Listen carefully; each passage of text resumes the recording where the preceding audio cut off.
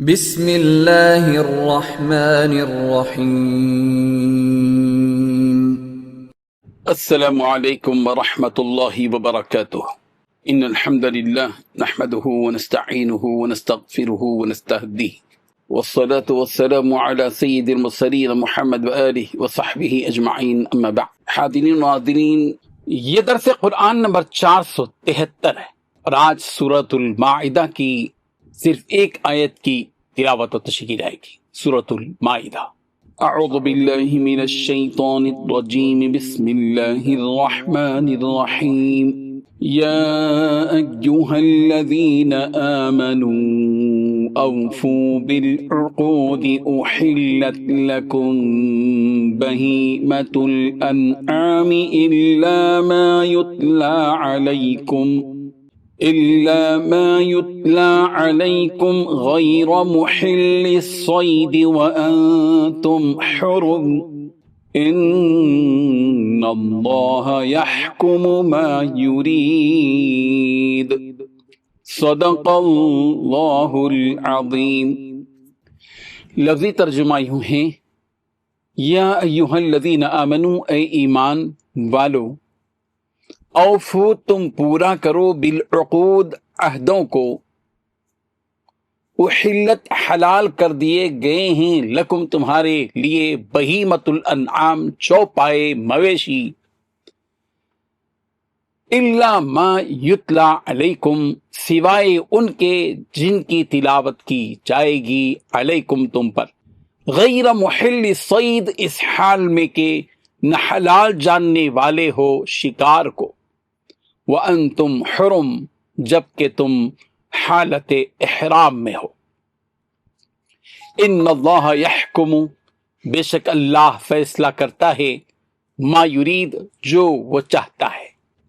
ترجمہ یوں ہے، اے ایمان والو، اپنے معاہدوں کو پورا کرو، تمہارے لیے چرنے والے مویشی حلال کر دیے گئے ہیں بجز ان کے جو تمہیں پڑھ کر سنائے جاتے ہیں، مگر حالت احرام میں شکار کو حلال نہ جانو۔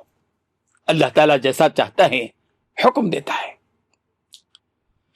اس آیت میں اللہ تعالیٰ نے 3 باتیں بتلائی ہیں۔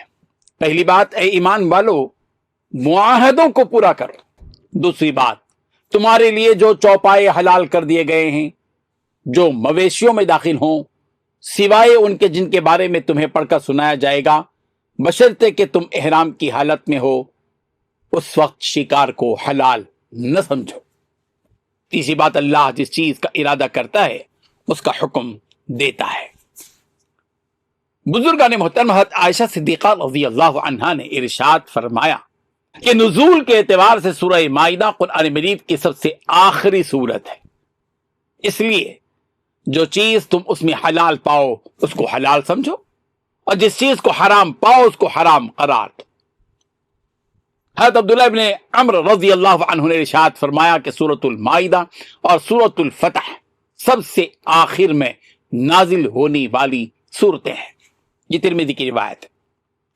ابو عبیدہ نے محمد ابن کعب قرظیز کا یہ قول نقل کیا ہے کہ سورۃ المائدہ مکے اور مدینے کے درمیان حجۃ الوداع کے موقع پر رسول اللہ صلی اللہ علیہ وسلم پر نازل ہوئی۔ اس وقت رسول رحمت صلی اللہ علیہ وسلم اونٹنی پر سوار تھے۔ سورہ مائدہ کی پہلی آیت کا جو حکم ہے وہ ایمان والوں کو جو دیا گیا ہے کہ یا ایھا الذین آمنوا سے کہ اوفوا بالعقود، کہ اے ایمان والوں معاہدوں کو پورا کرو۔ معاہدوں سے وہ وعدے مراد ہیں جو قرآن مجید کے اوامر و نواہی کی پابندی سے متعلق ہیں کہ پروردگار نے جن کاموں کے کرنے کا حکم دیا اور جن کاموں سے پروردگار نے روکا، دراصل یہی معاہدے ہیں بندوں اور اس کے رب کے درمیان۔ اور معاہدوں سے وہ معاہدے بھی مراد ہیں جو مسلمانوں اور مشرکوں کے درمیان طے پاتے ہیں، اور وہ معاہدے بھی جو لوگوں کے درمیان آپس میں ہوں۔ عقود عقد کی جمع ہے، اور عقد کے معنی ہی وہ عہد جو مضبوط ہو۔